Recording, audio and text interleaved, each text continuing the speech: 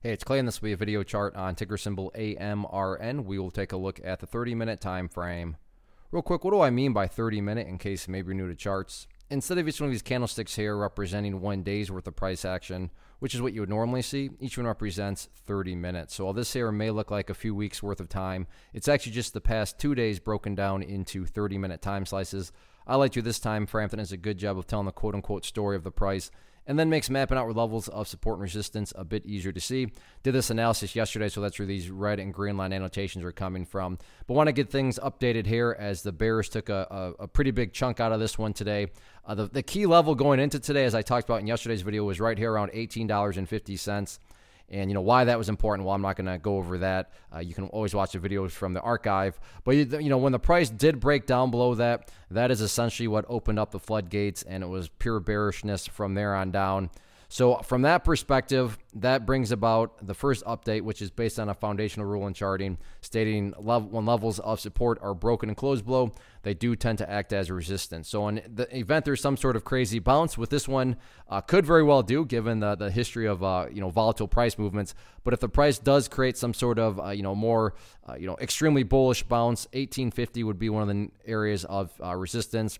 And I'm going to just go ahead and use this line. But before you even talk about $18.50, a nearer term one would be right around $17.40. So again, on any sort of bounce, $17.40 and then $18.50 would be the key levels of resistance. Now, what about areas of support? For this, I'm going to actually change to the daily time frame.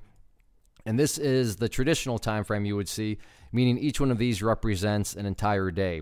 And from the daily perspective, right where the price bounced is no shock at all, and this is why I laugh when people say charts don't work. I mean, what a coincidence that the price bounced off of the very famous 50-day simple moving average. Even if you have a basic understanding of charts, I'm sure you've heard of the 50-day, and you know that when the price is above it, it does tend to act as support. And so far, so good, that is acting as support. So going forward, that is going to be the preferable area that you would want to see the price stay up above.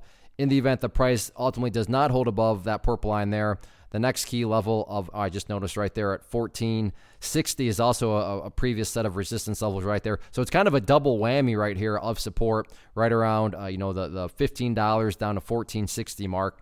In the event that general area does not hold, though, the next level of support down around $12.50. So a lot of eyeballs on this one, quite a bit of volatility. It'll be interesting to see how this one continues to play out on the week. One of the biggest questions that I get is, hey Clay, how do you find the stocks that you trade? So what I've done is put together a free resource guide where I talk about the tools that I use to locate stocks that I find interesting and think may have potential. So if that sounds like something that could add value to you as a trader, then click on the image that is up on the screen right now and I will email you the guide. The guide itself is very short and to the point, and best part, it's completely free. Thanks for watching the video. Let me know if you have any questions.